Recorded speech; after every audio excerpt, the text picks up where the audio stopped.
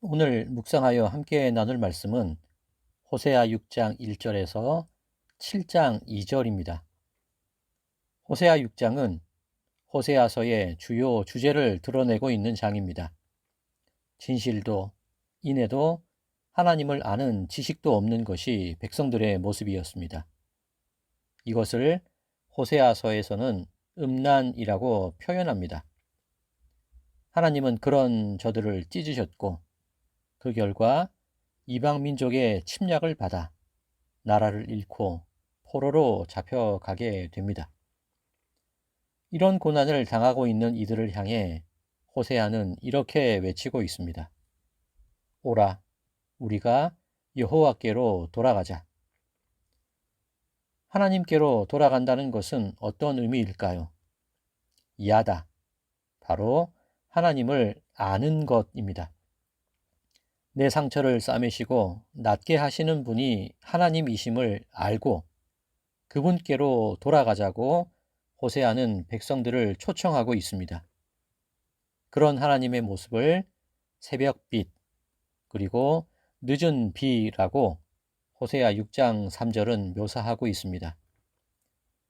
밤이 지나면 아침이 오는 것은 너무도 당연한 이치입니다. 칠흑 같은 어둠 속에 우리가 놓여 있다 하더라도 어김없이 찾아오는 새벽빛같이 우리에게 회복과 구원을 허락해 주실 것입니다. 그러면 늦은 비는 무엇을 의미할까요? 이스라엘의 여름은 매우 뜨겁고 건조합니다. 봄에 씨앗을 뿌리면 여름을 지나는 동안 모두 말라 죽게 됩니다.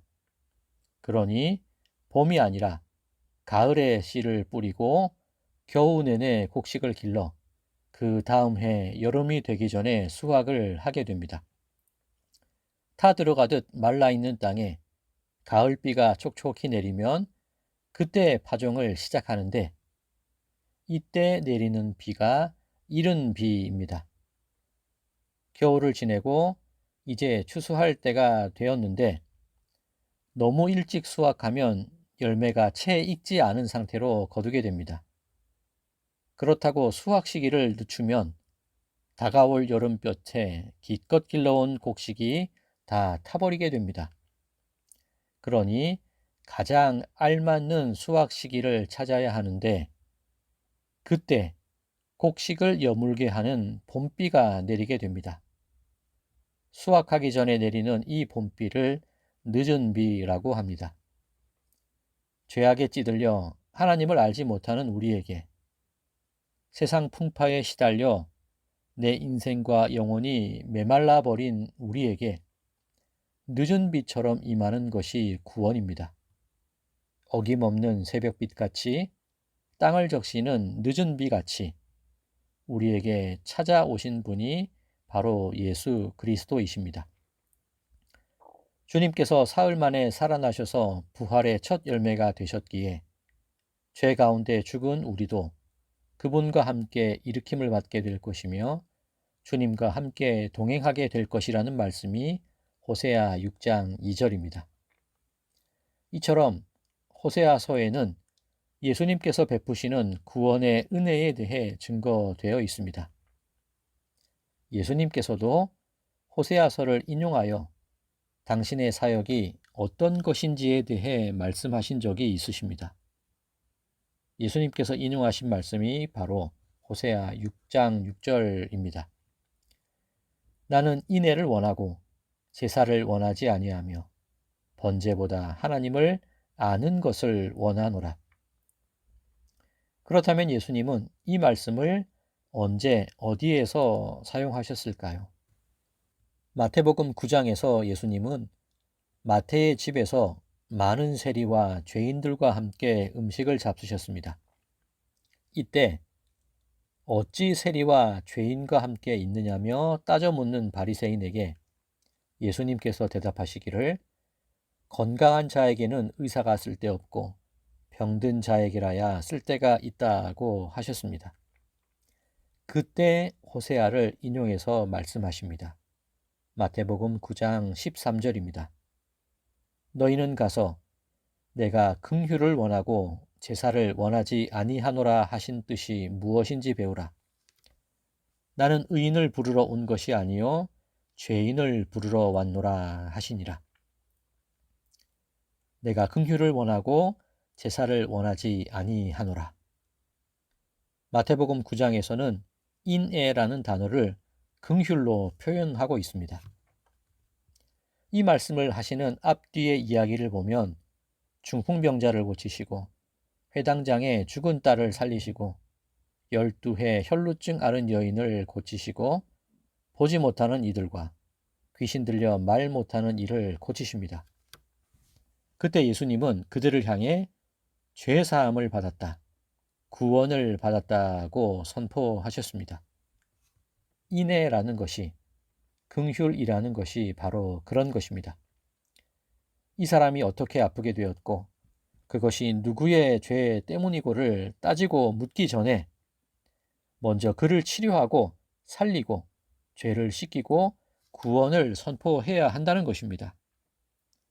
음란한 여인 고멜이 어떤 죄를 저질렀고 얼마에 팔려갔고 어떻게 그녀를 내쫓아야 하고 이런 것을 따지고 묻기 전에 그 사람이 죽을 죄인이라면 어떻게든 먼저 살려놓아야 한다는 것입니다.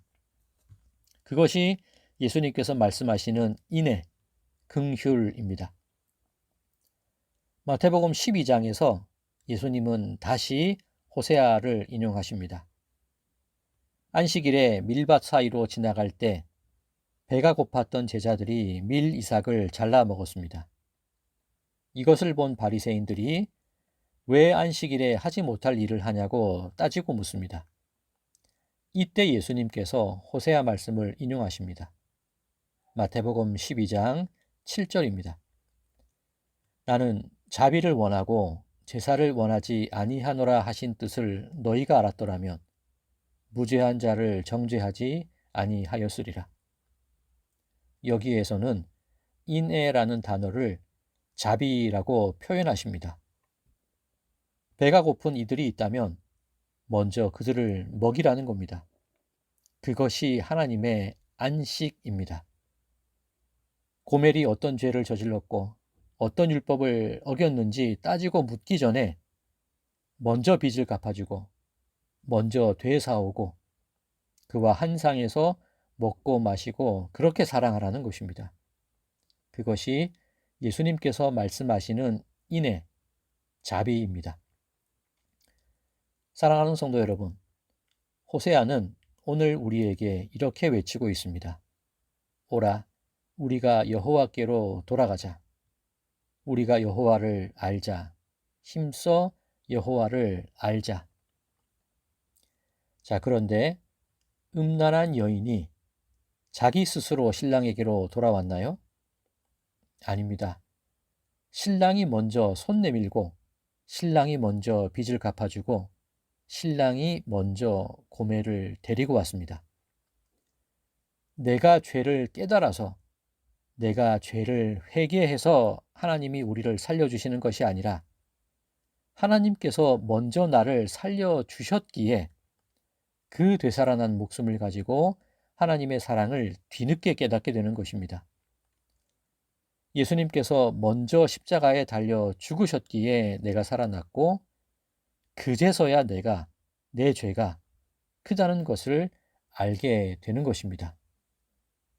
내가 회개하고 돌이켰기에 하나님이 나를 맞아주신 것이 아니라 하나님께서 먼저 나를 끌어안아 주셨기 때문에 그제서야 죄인된 내 모습이 알아지는 것입니다.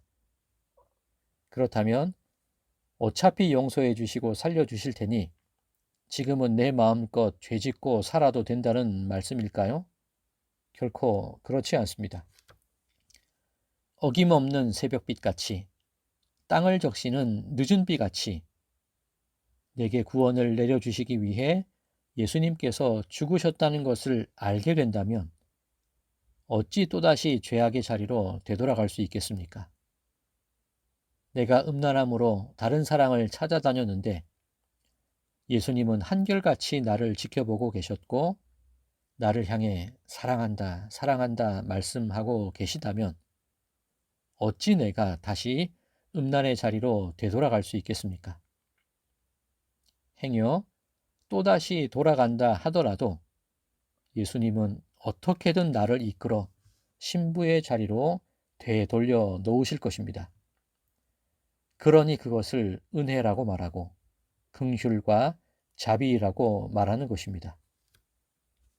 사랑하는 성도 여러분, 그 인내하심, 긍휼과 자비에 힘입어서 살아가는 것이 우리의 오늘 이 하루가 되어야 함을 깨달으시기 바랍니다.